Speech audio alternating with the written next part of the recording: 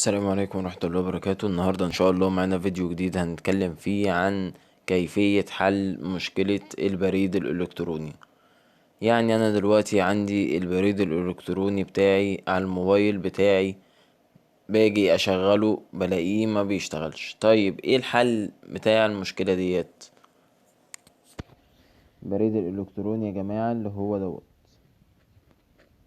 تمام. طيب حل المشكلة ديت ايه؟ اول حاجة هصلي على الحبيب المصطفى عليه الصلاة والسلام. تاني حاجة ما تنساش لايك الفيديو. تالت حاجة ما تنساش كومنت في التعليقات. هدخل على الضبط بالشكل دوت. جميل جدا. بعد كده هتجه للاسفل وهضغط على التطبيقات بالشكل دوت. الموضوع سهل جدا يا جماعة وبسيط جدا، بس اهم حاجة تركز في التلات اربع خطوات دولت علشان تعرف تستخدمها صح. بعد كده هتتجه على البريد الالكتروني بالشكل دوت. طبعا ما تنساش تصلي على الحبيب المصطفى عليه الصلاة والسلام.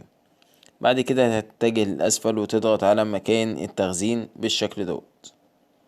بعد كده تضغط على مسح البيانات بالشكل دوت، وتأكد على كلمة مسح. ما تقلقش، مش هيمسح لك البيانات اللي هي ان انت كده الايميل بتاعك اتدمر او باظ. لا لا لا لا، ما تقلقش من النقطة ديت خالص.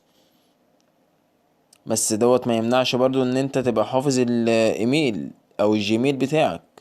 تمام. بعد كده هتضغط على كلمة ايقاف اجباري بالشكل دوت، وتعمل له توقف اجباري بالشكل دوت. تمام لحد كده جميل جدا جميل جدا. بعد كده هتخش على التطبيق نفسه وتضغط عليه. هتلاقيه هيشتغل معاك بسهولة جدا اهوت. يشتغل معاك بسهولة جدا.